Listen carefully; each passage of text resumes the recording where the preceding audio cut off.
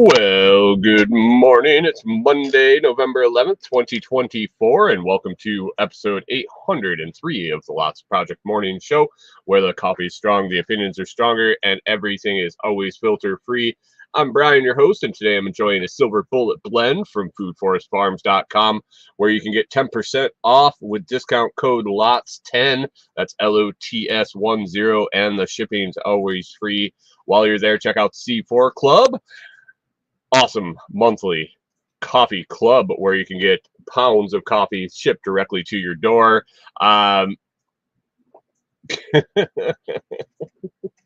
Every month by a premium air roasted coffee specialist. Today, I'm going to be talking about the gutter test Bitcoin for beginners, news transitions, and more. Thanks for stopping in. Canadian Farmstead over in the vertical feed says, vertical feed this morning. Today is the day that we went to just the new channel. We'll see what happens. Might need to grab that link and share it just because I think most people didn't listen, and didn't take the opportunity to find the new channel. Hey, Canadian Farmstead, thanks for popping in on the new feed. Hey, if you could grab that link and share it, would be great. I appreciate that. I don't think. Good morning and good day, John Palmer. I don't think. Oh, you were. Canadian Farmstead was subscribed and it didn't pop up. Of course, it didn't. Thanks, Google. Thanks, YouTube. Appreciate you and all your support in growing my channel, and thus your grabbing link. Here we go. Oh, you got it. Thanks. I went to put it in the Facebook feed, and there it is. So thank you. I appreciate that. Hope everything went well this weekend. We'll see how many people roll in and find the show. I don't know. We'll find out. Been kind of teetering a little bit on the show and the direction to go with it. The split was interesting. Made me think a lot. Reevaluate and contemplate for sure. Good morning, Diggs. By the way, what's going on, man? Appreciate you stopping by again and swinging through. Yeah, it was a good weekend. I'm going to talk about Sorry, getting all set back up here again after digging through that link. Man, I get everything in the exact spot I want it. Everything where it needs to be to fit on the screen. Canadian Farmstead said I had to search the show even though I was subscribed with notifications. Huh, wonderful. That's wonderful. Reed's Rabbitry popping up on Noster. Hunter, I threw it up on Twitch again today. Just in case that's what you needed to make your day better. So basically, Canadian Farmstead saying YouTube fucked me. I asked people to prepare and to like the new channel, subscribe to the new channel, turn on notifications, and it just doesn't show up. It doesn't show up. Good morning. Gotta believe that's Jim. Jim popping in over at Noster. Thanks you for stopping. I appreciate that. Yeah, I don't know what's going on with this. So gonna have to figure that out, or it's not even. I mean, it's beating my head against the wall logging on if they're not going to show. Let even the people that want to watch log on, let alone have people find it. Other ways. So anyway, let's talk about what's on the list here this weekend. YouTube Canadian Farmstead says YouTube took me to the Diddy party. Yeah, they did for sure. Hey guys, did you guys happen to see the Bitcoin price this weekend? Happen to see any Bitcoin news or prices this weekend? I think we had like 3 or 4 all-time highs, at least two, But right now we're sitting at 82,230. That's $82,230 per Bitcoin. Pip says Bitcoin price go brrr. Good morning. Good morning, Pip. Thanks for stopping in. Appreciate it. Hope you didn't have too much trouble finding the new feed. Canadian Farmstead said that he had to force YouTube to show him the show. So yeah, 82,230 was fantastic. It was fun watching it all weekend, getting notifications on my phone of now above. Canadian Farm says don't touch the ducks. Boop, boop. Just give him a little love there. We got the sailor duck and the red star duck doing a phenomenal job. Jim says 58, 68, 78, 88K. Here we come. How about 888? 188, 288. So I have Bitcoin stuff on. Hunter says I might be able to afford a place soon. I don't know, man. I don't know. It's it is what it is. It is what it is. We'll go into that another day. But Jim says 88, 108, 208. Yeah, it's all right. I like it. I was watching those. I was watching the prices all weekend. I was just smiling. I was like, Orange Man, good for Orange Coin. That's all I could think. Got the shirt going on. I love Bitcoin. That's all I could have. It's in my head is Orange Man good for Orange Coin. We'll see for sure. I have a story about Bitcoin here, and it's gonna be a little later in the show. First, I want to talk about the gutters, the real life, the tangible things that I'm doing to make life better. Messing around with that DIY gutter install on the garden shed. Got another garden shed showing up today, actually, a little smaller one, not a 10 by 12. This one's a 3 by 5. Excited to get that up and utilize that. I don't know if we'll be putting rainwater catch off it. We'll see how it's set up. But basically, if you haven't listened, if you're new or you missed it, but put up a metal garden shed up at our build site out at Delinquent Scully. It really Canadian Farmstead says, I'm pretty sure the uncertainty was keeping it suppressed. Maybe. I wouldn't be surprised if there's another dip. We'll see. Got something on my face. Oh. Sorry. Sorry. Looking in the mirror. Anyway, got garden shed. Wanted to grab some water off it. It's a 10 by 12 shed, so that's a significant amount of roof. It's not a ton, but when the rain falls here in Tennessee, it falls a lot. So there was definitely advantages to figuring out how to collect the water off the top. We will be collecting the water off our cabin. We're hopefully going to have spring-fed system too. So we'll hopefully, fingers crossed, have plenty of water. I don't want to have to worry about water. There's a ton on the property. Corey and I actually talked about it a little bit this weekend. Even if we go with just rainwater collection at our place and it gets low, having several other developed springs and water sources on the property, even if they're not to where we're staying, makes things. It makes you feel a little more secure with the water. But up at our site where we're putting that shed, I kind of wanted to get some water collection. I wanted to utilize that.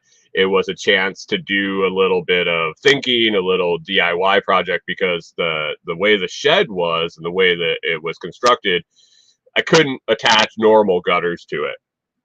I could have, maybe.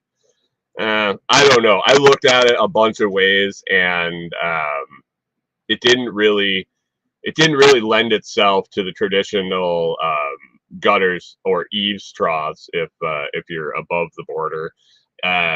Didn't really lend itself well to that. So I came up with a new idea after pondering a bunch of YouTube videos, looking at different stuff. Kind of took a combination of a couple different guys that I saw do these systems on metal roofs. Basically took a PVC pipe, cut a slot out of it, fit it onto the metal roof so that the water runs down the pipe and goes into the trough and dips out. It took quite a while. It was kind of an extended project where it took some getting some supplies. Took multiple steps because I painted the gutters before I put them up. Got them up and just other shit going on. So it was pretty extended. But last week I was able to get the plumbing into a tote. So I had the gutters on. I was able to put screen over the top. I had a couple different ideas for keeping the leaves and debris out of the gutters. Finally ended up landing on it's a Gorilla all-weather tape and some fiberglass screen. Works so far. I don't know long term how well it'll work. I think this tape is pretty solid. It seems to be sticking pretty well, especially if it gets into the sun and it kind of melts itself on there. So we'll see. Hopefully the tape holds up with the screen. Otherwise, I'll have to go a different route. I had originally thought I was going to go Super 77. Didn't need it if the tape works. So we'll see. We'll see on that. It did keep the leaves out. We had a bunch of leaves and a little bit of rain after I got the screens on, and it just pushed the leaves up onto the top of the screen and eventually hopefully dry out and blow away, or I just kind of to brush them off there. But got the plumbing dry fitted. I glued in anything that was vertically held in, and then left anything that was a horizontal connection just dry fit, so I could take it apart if it didn't work. And I wanted to test it, see how things went. And so then we got a storm. It was nice. Overnight Friday, all day Saturday. No, it was, what's today? Monday. Happy Veterans Day, by the way, for all of you that served. Glad you made it out. Hopefully you're doing all right. It must have been Saturday, and then Saturday overnight. Sunday morning, Corey and I went out to check. So we got between 2 and 3 inches of rain on Saturday. Doing quick calculations, helping with ChatGPT helping me, figured out that I get about 75 gallons per inch off that roof. So basically, where is that? Sorry, guys. My sats went down. I don't know. There it is. Basically, I should be gathering about 75 gallons per inch of rain. So getting the 2 to 2.5 inches, I was thinking 150 gallons ish should be in the tote, if everything worked well. If everything drained right, if nothing got clogged up, if the plumbing didn't break apart because I didn't glue it. And so Corey and I took a little trip out yesterday morning, made our way up to the site, and popped open the tote, and there it was. And there was about just about 150 gallons. So I don't know if we exactly got 2 inches. I don't know if we got 2.5. I don't know if I lost a bunch of water. I'll have to be up there when it rains and when it rains significantly. But for all, I mean, really, it worked. There's the tote's half full. Tote's half full of crystal clear water, and that's exciting. So actually, you can see over my head there, if you're watching on the video, I was just sketching a little bit of overflow system and a first flush system. Those are the next 2 things to come in. First flush system, basically, I'm just gonna have some pipe hanging down and let the water fill the pipe. Let all the debris go into the pipe. Let it settle into the bottom and be able to clean out the bottom of the pipe and let it slowly drip away. So each rain event will fill the pipe and then continue to fill the tote. As far as overflow on the tote, I'm thinking I'm going to, instead of drilling another hole in the tote, I'm just going to use some physics where, well, I don't know if it's actually physics. Basically, I'm going to have, I wish I could just grab that picture up there. Basically, I'm going to have a pipe come out of the tote. It will go up. You have a 90. Actually, I'll have a T because I'm gonna have a bypass in the middle where I can just open it up and drain the whole thing. But basically, you're gonna have a 90. It's gonna go up the side of the tote cage to the level where I want the overflow to be, so just below the top of the tote, and then it's gonna go across and down and out and drain over to where I want to discharge it. There'll be 2 different places I want to discharge it. I'm gonna discharge it into my little pond I'm digging, which will be another 1,400 gallons of water storage. And then when that's full, I'll be able to turn a valve and have it drain somewhere else, which I'm not sure what I'm going to do with it after that. At the point I have 1,650 gallons of water, I don't know where I'm going to trickle any excess. But basically, the water in the tote, as it rises, it'll go up the pipe. And as soon as it gets to the level of the top pipe, it'll spill through and then just start to drain out. Not sure if I'm going to need a siphon break in there. I would hate to have that start flowing and then just siphon the whole tote out and drain it. That would kind of suck. But basically, going to go with yeah. That's going to be the overflow. Like I said, there's going to be a little valve in the middle so that I can bypass that and drain it. Going to send that over into the pond, and then all of this water actually is going to be used for aquaculture, goldfish and plants, growing some plants and greens and things like that. So exciting to have water there. Exciting to mess around with it and do those DIY gutters. I don't know how many times on the property we'll end up having to do those. Like our cabin will be constructed to use normal gutters you hang on, just the normal that are on every other house. But I don't know how much more metal roof buildings, and I think if it wasn't a 12-foot building, if it was under 10 foot, this would be a pretty easy job. But the fact that I had to basically construct a pipe over 10 foot and then cut it out, it became a little more challenging.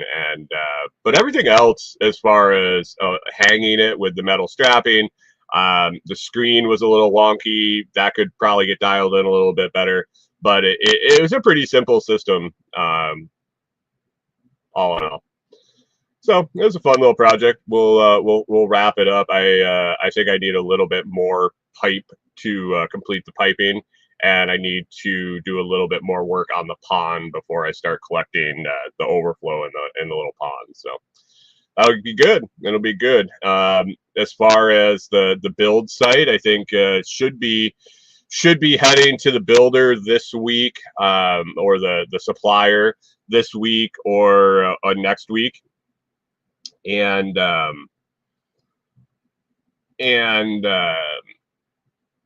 getting kind of finalizing plans, figuring out material, and start purchasing that, getting it up the hill, and getting ready to put posts in the ground. And then also on the docket for the property is heading out to get a bunch of solar panels. Tim and I are going in on some used solar panels, and we'll probably, hopefully, be picking up. I should be picking up about 30 kilowatts of solar panels here in the next week or two, and that'll be a whole day trip. That'll be interesting trip for sure. But drive halfway across the state of Tennessee, pick up a load of solar panels, and come back and unload it at the property. So that's what's on the list. Got some other things to do on over on Tim's side. He's got some materials there. We got to build another cabin. Why would you ever have companies do shit on their web pages or their whatever contact, however their shit works? StreamYard here, I have a it won't even work when it's full screen. So StreamYard put their help button right over the send button in the chat. So I'm not sure how I'm supposed to send. I guess I can hit help.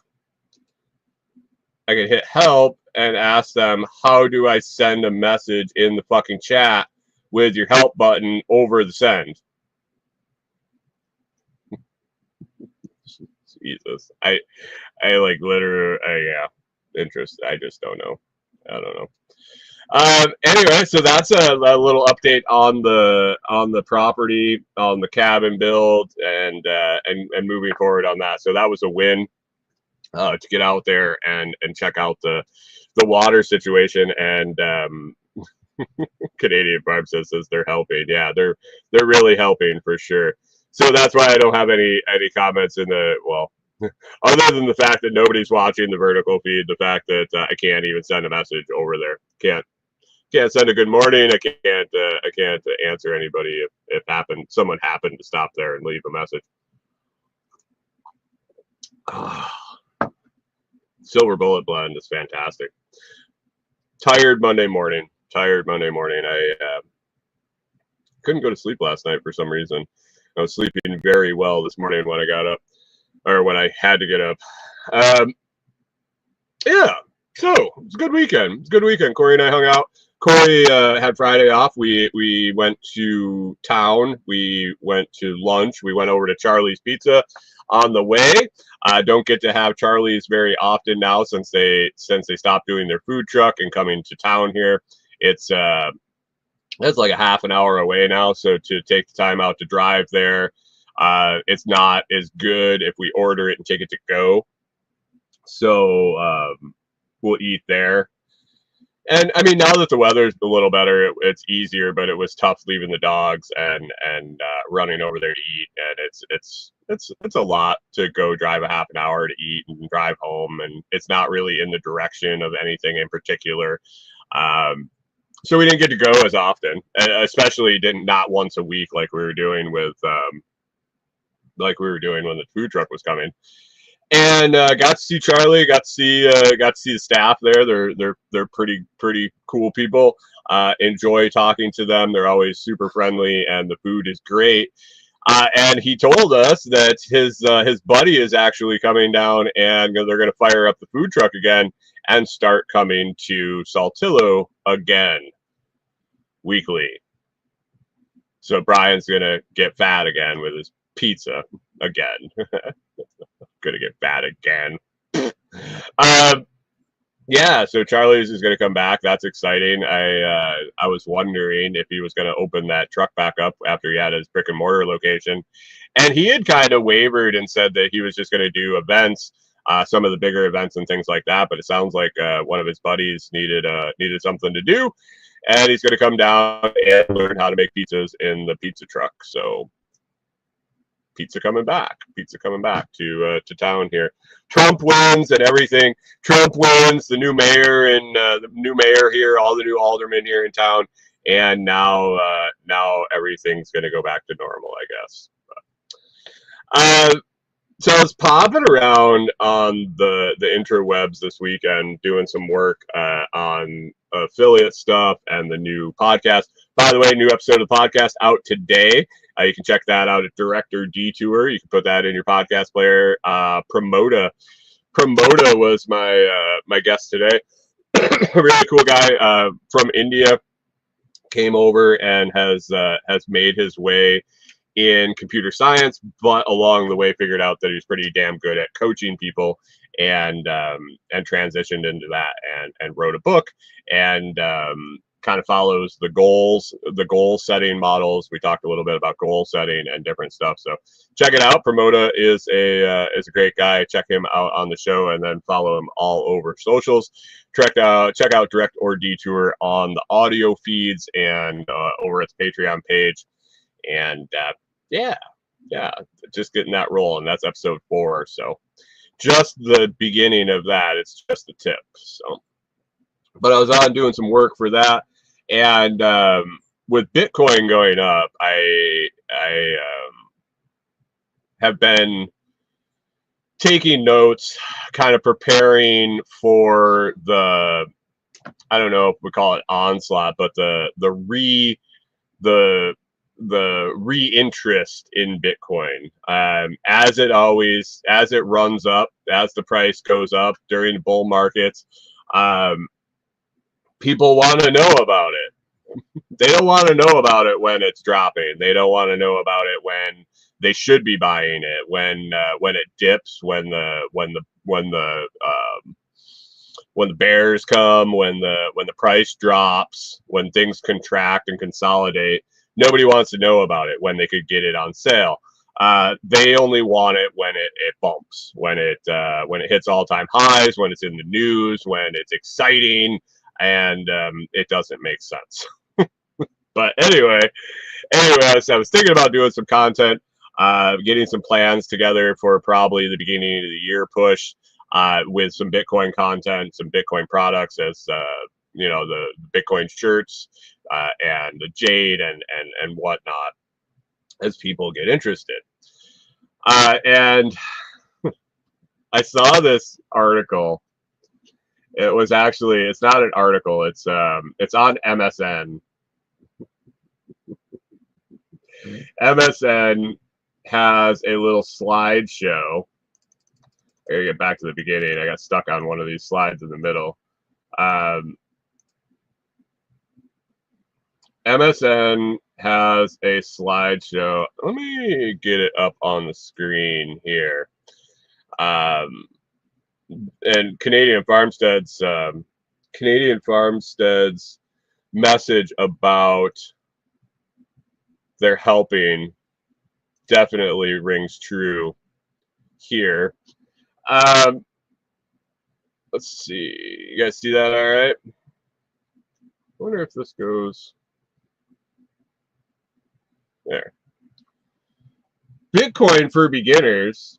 Everything you need to know. Everything you need to know. So I was just curious. I was curious what information MSN was putting out. The bandwagon information. So I just started reading them. And was trying to decide if I agreed with them, if they were accurate, if I would change anything, or if it was absolutely absurd. So we will see here. Bitcoin for beginners. Everything you need to know. When we think of something valuable, we tend to think of precious metals like gold. As society, we have mutually agreed that gold is a highly valuable substance. It's rare because there is a limited supply. It's durable, and it's possible to authenticate whether or not it's a real thing. As such, gold has been used as an effective form of currency for centuries. Its value is agreed upon by all, so it can easily be exchanged for goods and services. Digital gold, huh? Digital gold. What is Bitcoin? What is Bitcoin? God damn it. Fucking Windows. If I'm using Linux, does all this shit stop with the auto sizing of fucking Windows and shit like that? Because if I could avoid that, if Linux fixes that, and don't tell me fucking Apple, because I won't use a fucking Apple, but if Linux I will learn it. when I grab a tab and I move it and it auto resizes to some bullshit I don't want, what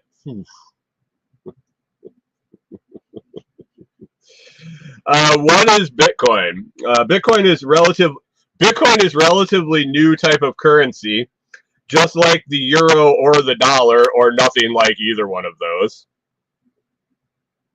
Canadian Farm says it's pretty sure you're too old to learn Linux. All right, I'm old. Yeah, I am. I mean, but you can teach an old dog new tricks. You can always teach an old dog new tricks.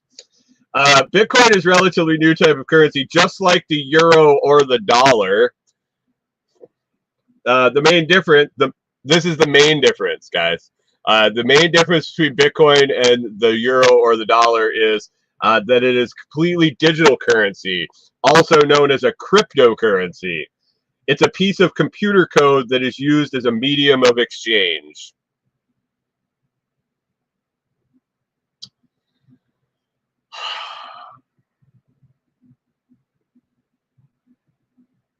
Okay, we'll go on to the next slide. The mysterious inventor or inventors. Bitcoin was invented in 2009, the first cryptocurrency, and it was the first cryptocurrency. It was created by an unknown cryptographer, a group of cryptographers who used the pseudonym Satoshi Nakamoto. Their true identity remains unknown to this day. Okay, I mean, that's pretty tough.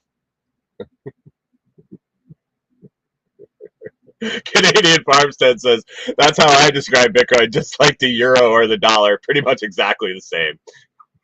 Yep, that's what I was thinking as I was reading this.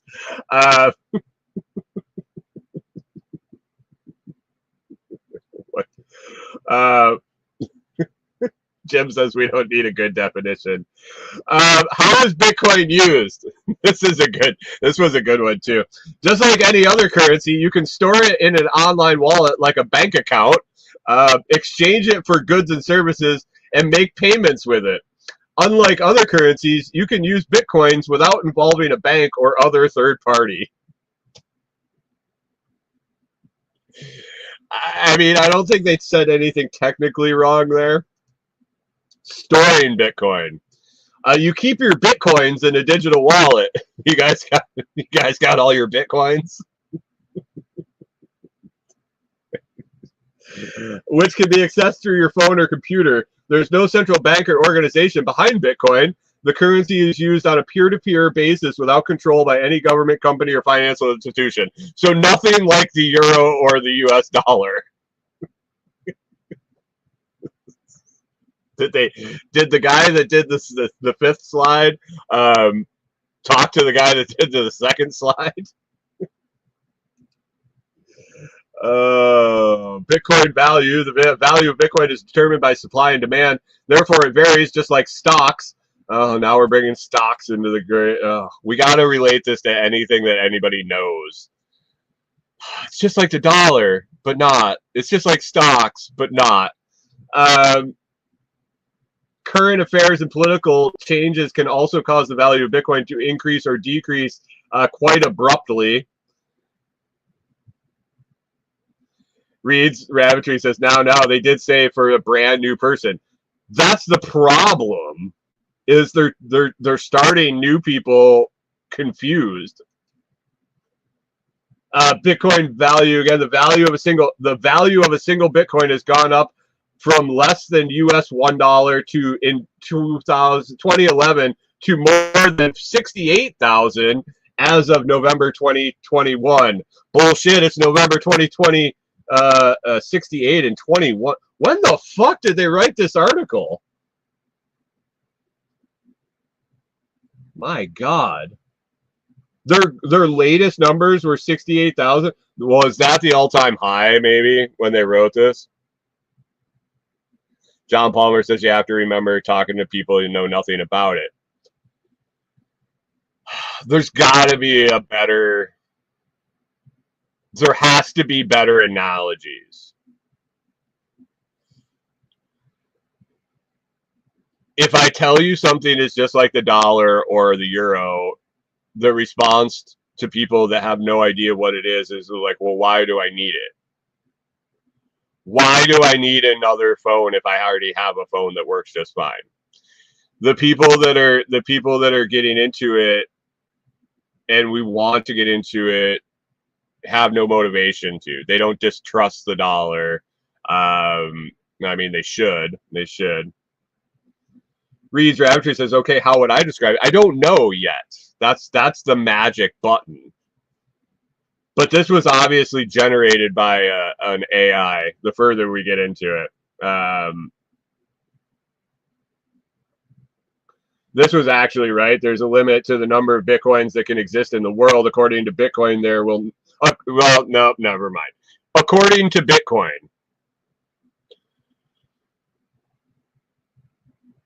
language, the way you say things, I think really sets a precedent. Saying according to Bitcoin really leads people to the path that there's some Bitcoin company out there that's doing this.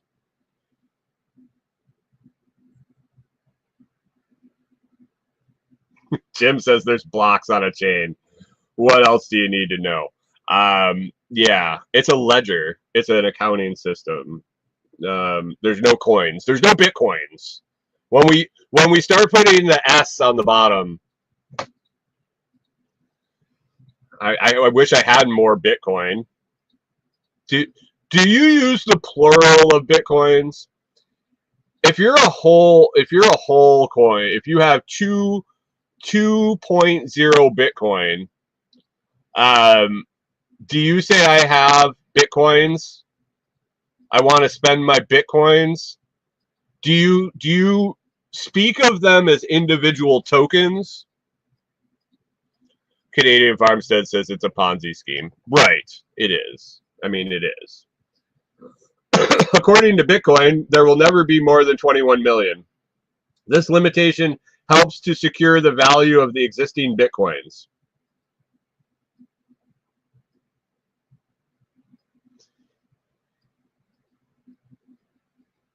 Sure. Yeah.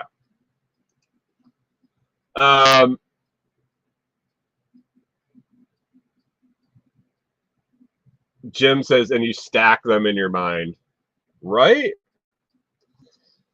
Mining is the process by which new Bitcoins are created and entered into circulation, similar to the process of minting new banknotes. Not even close to minting new banknotes. It's not. It's almost the exact opposite.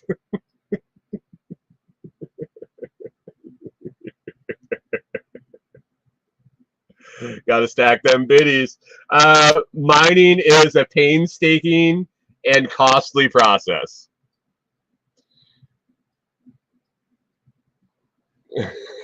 Canadian Farmstead says not to brag, but I'm a whole satter. Oh man, now with the new price, man, that's impressive. That's impressive for sure. Mining is a painstaking and costly process, similar to minting new banknotes. Energy consumption. Here we go on this bullshit. It can only be done using powerful, highly sophisticated hardware and an extremely complex computational math problem. That's kind of right. It requires a large number of powerful computers. That's fairly accurate. If you want to be very successful at it.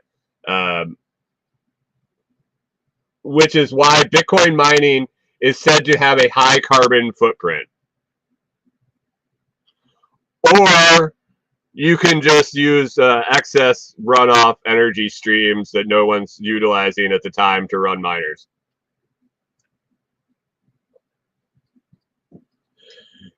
Jim says those imaginary pickaxes are heavy and hard to swing, right? It's painstaking.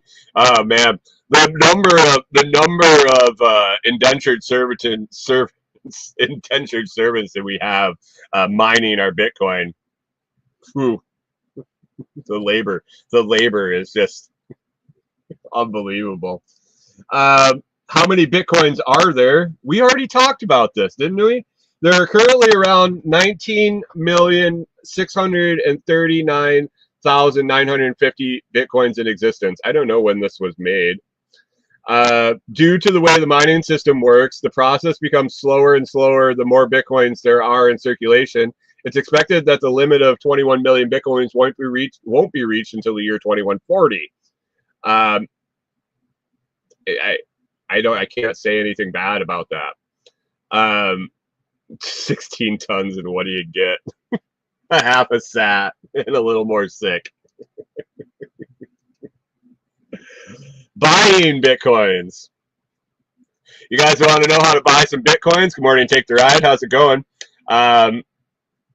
Canadian Farm says we got virtual slaves mining the Bitcoin. Canadian Farm says the more you read, the less I know about Bitcoin, right? Buying Bitcoins. For the average person wanting to procure a Bitcoin, hey guys, are we all average Joes wanting to procure a Bitcoin? I got the instructions here. Mining is not an option. Instead, they can purchase them at a Bitcoin exchange office. There are several websites that buy and sell Bitcoin. We need to find our... Do you guys know where your local Bitcoin exchange office is?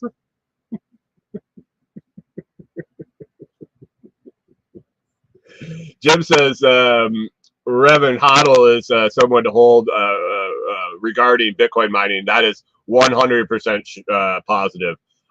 Yeah, absolutely. And especially doing it off-grid. And Take the Ride says my mic's overdriving. That doesn't surprise me. This shit. This morning has been an absolute shit show. This weekend, I don't know what's going on.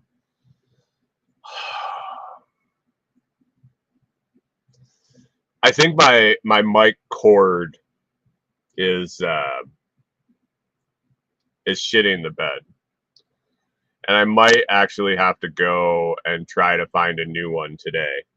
When I moved my setup out to Delinquent's Gully, it got spun up and twisted. And this weekend, when I was doing some recording for some other things, it just randomly cut out. Just randomly cut out. So I don't know. We'll see. But Reed's Raptree says they found another Bitcoin ATM locally. Before I left Minnesota, when I was still working in the gas stations, like every Quick Trip, which was a major chain in Minnesota, Wisconsin area, had a Bitcoin ATM in them. The fees are absolutely ungodly, Jim, and they've gone to KYC. The first ones I saw, so being in the gas tech industry, when I first got in would have been like 2018, maybe 2018 when I got that job, maybe before that, 2017. The Bitcoin ATMs I saw were in unsavory neighborhoods where there may have or may not have been a lot of cash transactions for substances, and these guys were pumping dollar bills into the Bitcoin ATM and getting a wallet receipt pumped out. No ID, no nothing like that. It was just like, whoop, whoop, here you go. At this point now, it's KYC'd where you give ID and all sorts of shit. So, but Reed's Rabbitry says adds to the criminal nature. It adds to the fact that that's the people that we're gonna install them. But anyway, now you can find them. I'm pretty sure there's an app that you can pull up and find the closest one. But they were going into all the major gas stations right next to the USD ATM. So that was interesting. The VIG was pretty good, pretty big. I mean, this was back when the price was 17,000. I think they were getting them for quite a bit.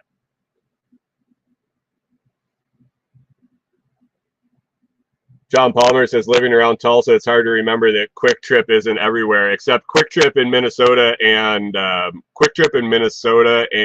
Wisconsin is a KT, not a QT. But I believe that it's the same company. I can't remember. There was something weird with Iowa, possibly Oklahoma.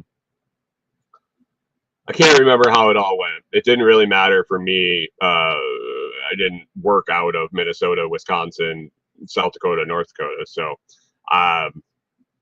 yeah, there was something to do with Quick Trip. Our Quick Trip was a KT, Quick, KWIK, Quick Trip. And then QT was related to them, Quick Trip, Quick, QUIC, or QWIK. There's all sorts of them, you know, Quickie Mart.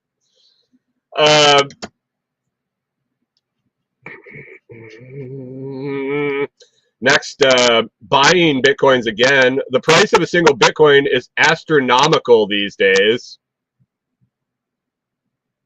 I wish. So luckily, you don't have to buy a full one. It's possible to purchase a fraction of a Bitcoin. They got part of that right. I don't know if the price is necessarily astronomical, but you can buy a fraction of a Bitcoin, which is nice. They got that right. Benefits of Bitcoin, less fees. Many users prefer Bitcoin because it exists outside of traditional financial institutions. Got one right. This means you don't have to pay fees to a bank for storing or transferring your money.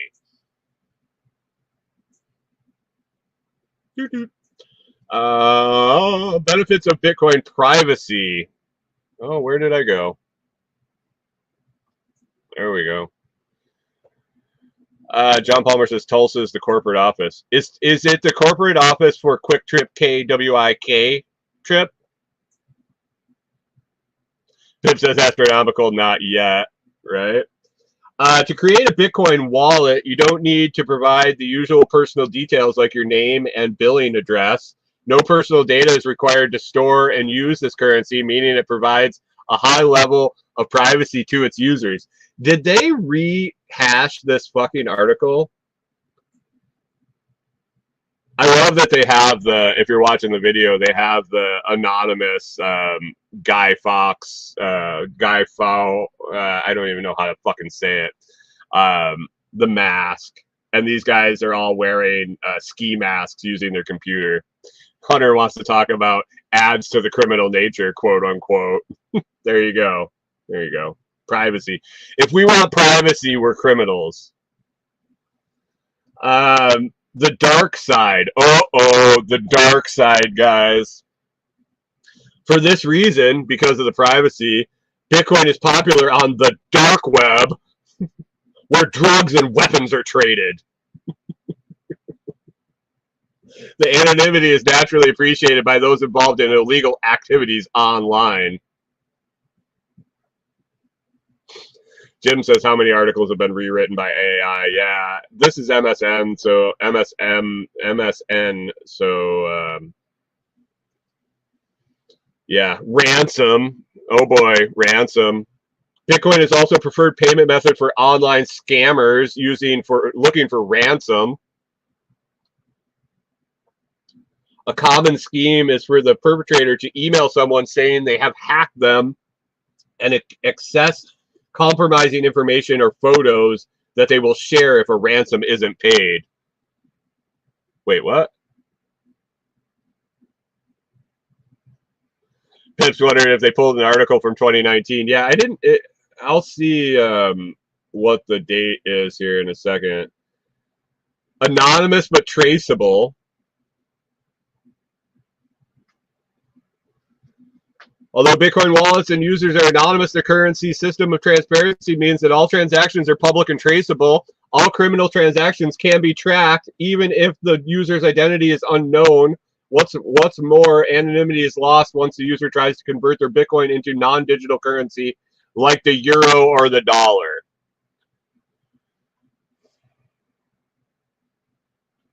I mean, why would you want to use it if that's the case? Hunter wants to get some of that dark web. Fraud. Once data about a Bitcoin transaction is created, it can never be deleted. That's why it's all traceable, and also why most types of fraud are impossible. Huh. So it's not like the dollar or the euro. Payment method. Bitcoin was associated with all sorts of dodgy dealings like black market purchases and ransom scams when it first came into circulation. But these days, it's commonly used in more mainstream commercial transactions. MSM's getting on the Bitcoin board. Paying with Bitcoin. Some online retailers already accept Bitcoin as a payment method. For example, Microsoft, AT&T, Expedia, and Shopify all allow Bitcoin payments. Physical stores. What's more, an increasing number of physical stores, restaurants, and are equipping themselves for Bitcoin payment. Examples include Starbucks, Home Depot, and Burger King. International transfers. Anyone who has tried to send money to another country with a different currency knows that it's complicated, slow, and expensive. International Bitcoin transfers are comparatively cheap and work much faster. See, the way they word shit makes you realize they have no fucking clue what they're talking. There's no international transfer. It's just a Bitcoin transfer from an address to an address. Jim says they're telling us why Bitcoin is better without saying it. Yeah, they are. They are. Where we're going, there are no borders. Remittances. Bitcoin has become the favored transfer method of many migrant workers abroad when it comes to sending money back home to their families. It's quickly overtaken traditional bank transfers and operators like MoneyGram. Yeah. Yeah. The poor people always figure out what the best way to do it is. Because it makes so much difference. Is Bitcoin taxed? Let's see how we do with this one. Each country has its own policy about how Bitcoin payments are taxed. Those using Bitcoin need to do some research and find out how it works in their locale. In some countries, it's totally tax exempt.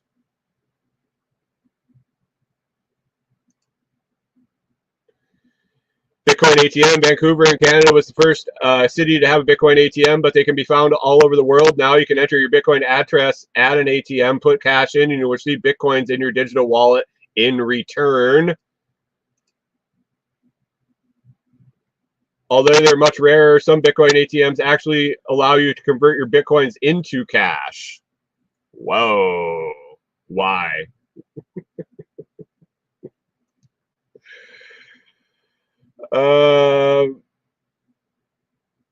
Some other cryptocurrencies on the rise include Ripple, Ethereum, Dash, Monero, and Litecoin. Gotta get their plugs in. And Doge. Oh, God. Oh. Trouble for Bitcoin. Wait. Hold on a second. The value of Bitcoin reached an all-time high in November 2021, but by January of 2022, its value decreased by 50%.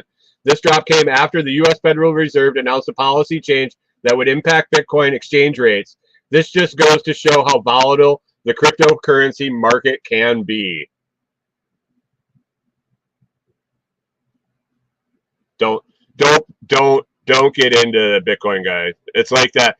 It's like the this article is like the Dewey Cox story. It's a Dewey Cox, the Johnny Cash spoof with John C. Reilly, where every time he goes into the back room with Tim Meadows, he's like trying all the different drugs, and he's like, it's not addictive for me. It makes everything great. You don't want none of this. You don't want none of this. Preaching the praises of it, and then at the end, just like, you don't want any of it.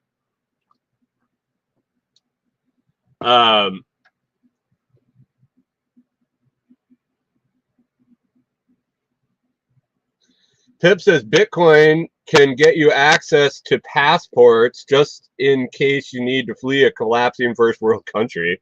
You can get a passport with Bitcoin. I mean, you can get a passport if you have enough of any currency, really. And he's wondering if Dash is still around. I don't know. I don't know if Dash is still kicking. I kind of just blacked out on all everything other than Bitcoin. So I don't know. I don't know. I'm guessing it's still around.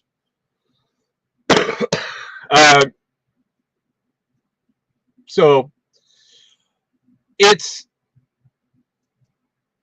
going to be interesting the next year or more. How many of you went through the last bull run and drop the pullback?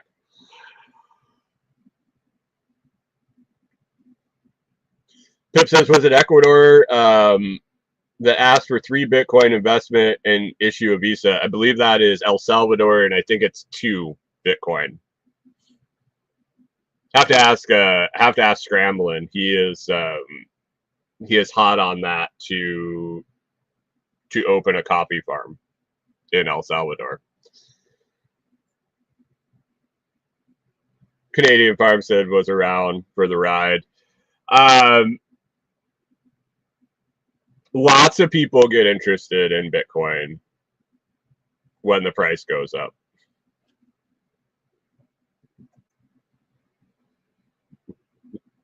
So we'll see what happens. We'll see what happens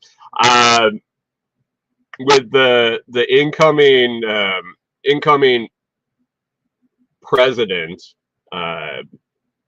willing to at least acknowledge it and its importance. We'll see how things go. We'll see how things go here, and also keep in mind that it's not the USD. It's not United States based. That was my something with COVID that really I really started to notice it at that point was people conspiracy theories when COVID was starting to become so obvious that it was not just a random pandemic that started, and folks that were waking up after the fact said, you know, these people did it for this reason. They were coming up with reasons what motivated the whole thing. And people were saying it was the election, the presidential election. And if you take 2 seconds and step back and realize that this happened all over the world, not just in the United States, not just in North America, but all over the world, and then try to put your assertion that it was all about the U.S. election, you sound pretty fucking not right.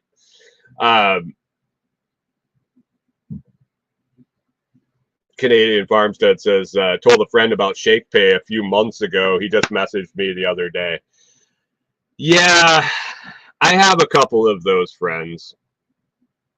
I really wish I was that friend, but I was that friend when it was probably a more reasonable thing to be skeptical. 2012, 2013 ish, 2014 ish. Especially being poor and putting money into something that is really,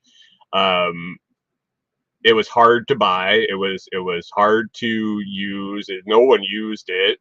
It was a very small community, and it was a significant amount of money at the time for me, even though the price was absolutely rock bottom as you look at it today. you have to understand everybody's situation as they're coming into it. But it is definitely a phenomenon that people want to get in at the top. It is what it is. It is what it is. Where do you think the pullback comes? How far back? Because we all know.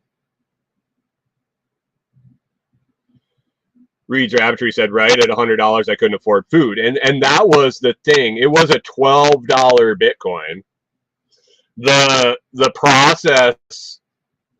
process of buying it was such that you were going to spend you weren't going to spend $12. I found a notebook. It's since been burned because I didn't want it anymore, reminding me the fact that I was trying to come up with $100 to buy $12 Bitcoin. Now I was spending ridiculous amounts of money at the bar. I could have taken one bar tab and covered that $100, but in my mind, for some reason, coming up with $100 to throw at Bitcoin at that point was too much. Couldn't find it in the budget. Penciling it out. It was more penciling it out and explaining it to the person that I shared bank accounts with what I was buying with it. Even if it, if you're going out spending it at the bar, at least you got drunk. At least you grabbed it and you drank it. You got drunk. You knew what was going on.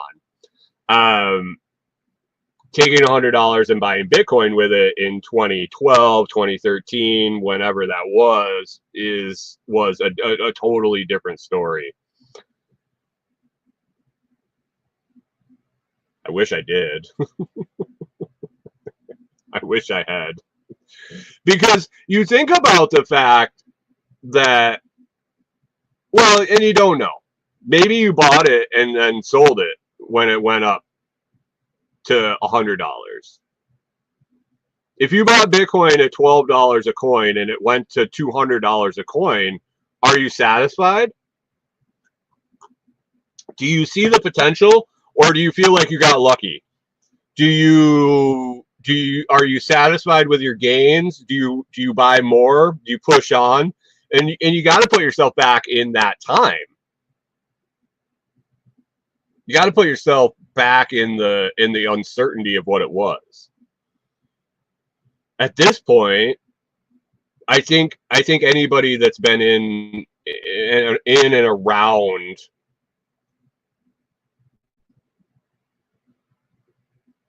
Canadian Farm says, I remember reading about when you could mine it with your Pentium 2. I thought, hey, I should try that, and I didn't.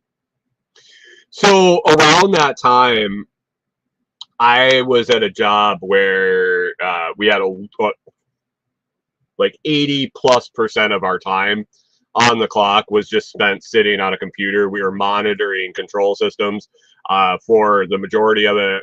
For some of it, a lot of the time we were shut down because we were investor funded. Money would run out, so we were just on the clock on the internet, watching YouTube videos and shit like that. I read a lot about Bitcoin at this time and still couldn't flip the switch on it. I wish I had been able to. I really do. But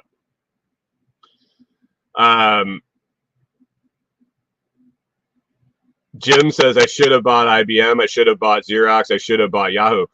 Did you try to figure out how to buy those?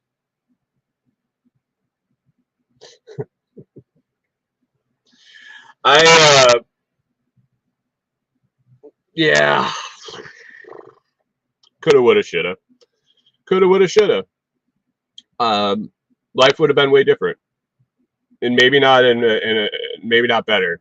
Maybe not better. So we'll see. We'll see as we move on. Anyway, what else is on the list here? Oh, transition in the news. I got some stories, and not necessarily gonna go. We're not gonna hit them today, but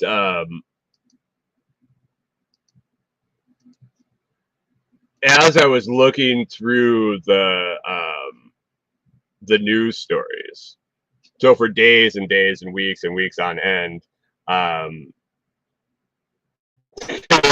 says that Jim missed out on investing in Henry Ford.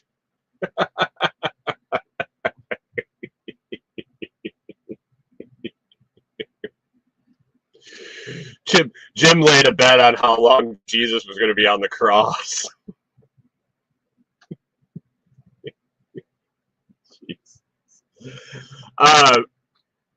So the little tab at the bottom of my browser here that pops up all the news stories, I'll pop that up there. It'll pop up on accident, and I'll see what the headlines are. Sometimes I'll click through them just to see what's going on. The election kind of flipped the switch. all the news stories changed. The hard hitting stories on the corruption of Trump.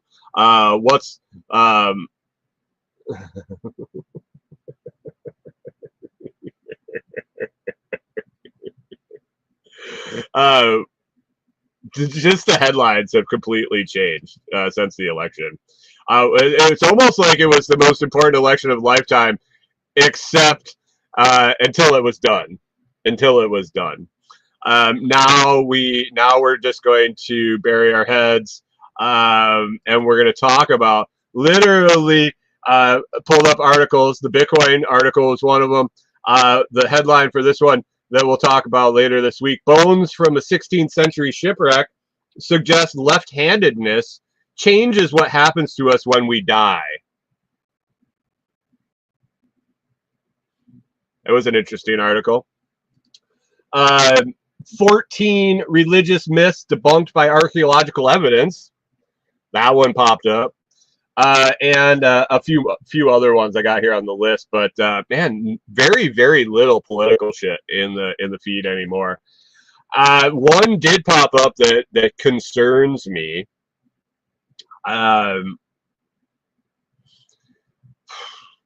This might not be necessarily a bad sign, but a lot of folks that I know that are not political, that abstain quite a bit, that don't trust the government, that don't trust voting, that don't think it matters, dove back in and voted for Trump. A little bit because of his support for Bitcoin, but B, a lot jumped in for getting Ross Ulbricht out of jail, which is fantastic. I feel that Ross should have never went to jail, and I think he definitely deserves to be out at this point. And they're pressuring. Donald Trump promised to do it, but we all know promises out of the mouth of a politician are like nothing. They're pressuring him. They're staying on him. There's been a push to keep reminding him of that. But I see this release on the AP. Trump on day one, begin deportation push, pardon January 6 rioters, and make his criminal cases vanish.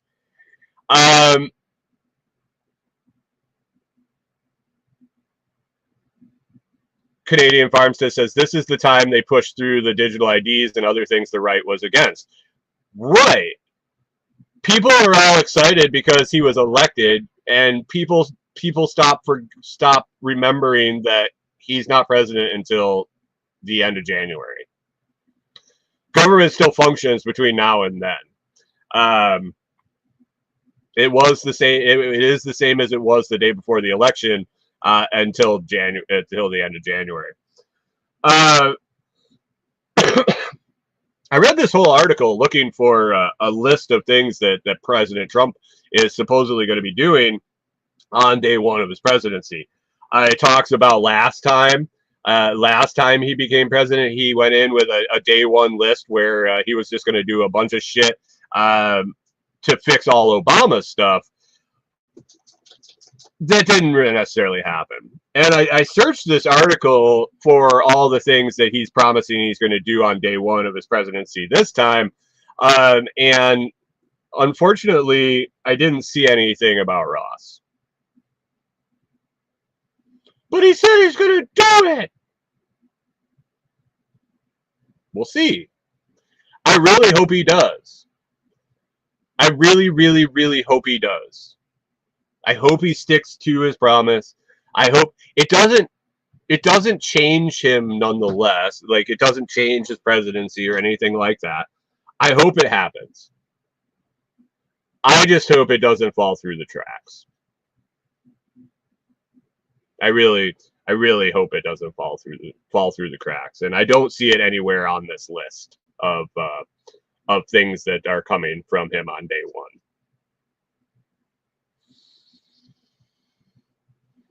Fool me once, shame on you. Take their ad says Southpaws get immediate reincarnation to try again with the proper hand. The article was, and I'll probably talk about it tomorrow. The left-handed article, basically at the end of the article, I just had a confused look on my face as to, yeah, we'll save it for tomorrow. Anyway, let's wrap it up for Monday. Let's get out of here. Appreciate everybody coming out, hanging out. If you want to check out Director Detour with my interview with Promoda,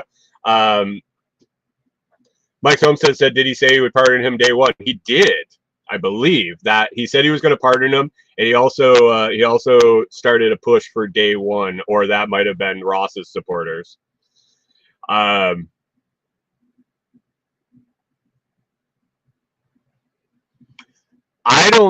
I think if he doesn't do it day one, it doesn't matter. It won't happen. If he doesn't do it at the beginning of his term, it won't happen. There will be no reason to later. Anyway, it's Monday, guys. Get out there, get your week started right, get a bunch of stuff going and rolling, and I hope you have a fantastic day. Hope you had a great weekend and got a bunch of stuff done. And we will circle back and catch up with you tomorrow.